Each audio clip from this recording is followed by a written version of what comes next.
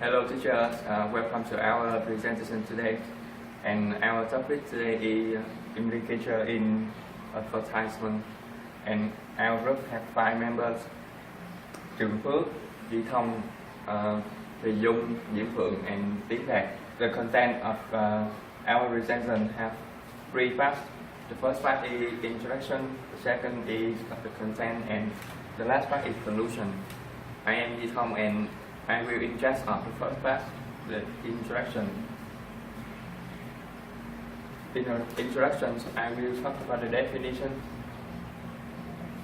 Business, in which the language is used to persuade people to want to do things. It can be buy a product or a service, both for someone or releasing. For example, we can believe that some corporation is trustworthy, or that some political philosophy will lead to prosperity, or some religious denomination will lead to happiness, etc. And in the case of advertisement, the consumer will reasonably require that the claim be true, or what are the standards of truth in advertising, and what should the standards of truth in advertising be. And to answer the questions, we need to talk about some linguistic concepts that are necessary. First is the entailment, the second is implication, and the last one is conversational maxims. And to know more about these concepts, the next member is my group will talk about it. Hi, my name is Phước. I'm in charge of the second part of our presentations, and it's the businesses of implicatures in advertisement. Okay, so let's move to the first one. Advertisement essential purpose is to attract potential customers or buyers to the advertised products. And when I say that, I mean advertising is a central form of communications, whose essential purpose is to attract potential customers or buyers to the advertised products. However, in order to do that, it has to convey meaning and send a message. Therefore, it is a type of discourse. According to this 1972, any advertisement is characterized by 4 main traits, and those are: the first one, the need to draw the attention at the same time to sustain the interest or attention given. It has to be remembered or at least familiar with it must trigger the right kind of action. An advertiser needs to cover the visible when reacting an advertisement and focus on attracting attention, grasping interest, stimulate design, reacting conviction, and finally getting action. Moreover, advertisements have to have implicatures in order to express something in an indirect, subtle, and ambiguous way. And when I say that, I mean we have to put in other words the importance of this notion, reside in the fact that it provides some implicit account of how it's possible to mean more than what is actually expressed by word. Consequently, the advertising language can really benefit from the use of implicatures in order to express something in an indirect, subtle, and ambiguous way. Thus, readers are allowed to react their own interpretations and meanings without being accused of having manipulated them, of deceiving them into believing something which is actually not true. My name is Thùy Dung. Now I will continue the presentation. I will analyze 2 typical examples to figure out the efficiencies of implication in advertisement. The first one, I would like to mention about the MTN, a kind of network. As you can see that here we have a slogan, everywhere you go.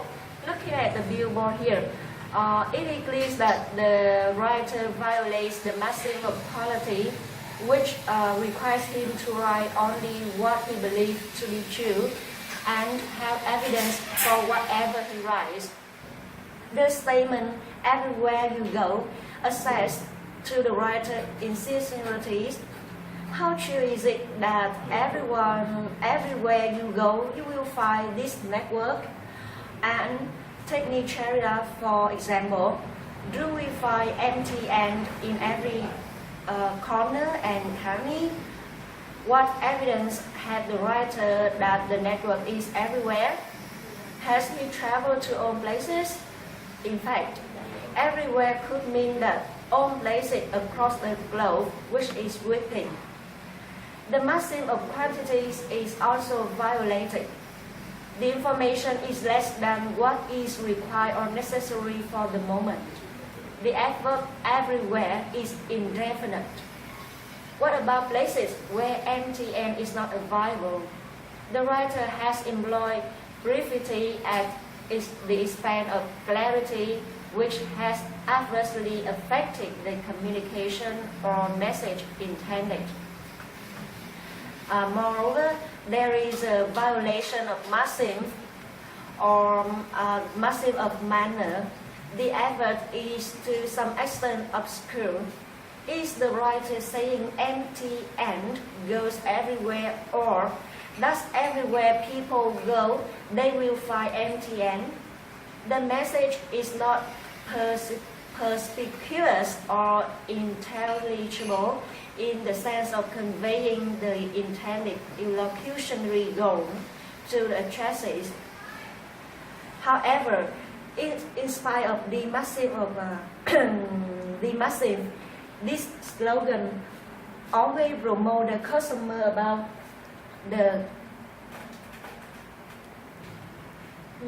In spite of the massive, when we look at this advertisement and this slogan, the customer always feel that the company will go with them everywhere they go. So their emotion will be promoted and they will choose this network as the best choice.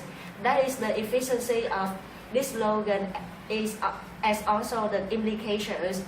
And that's the end of the first analyzing. We move on the second one. Thank you.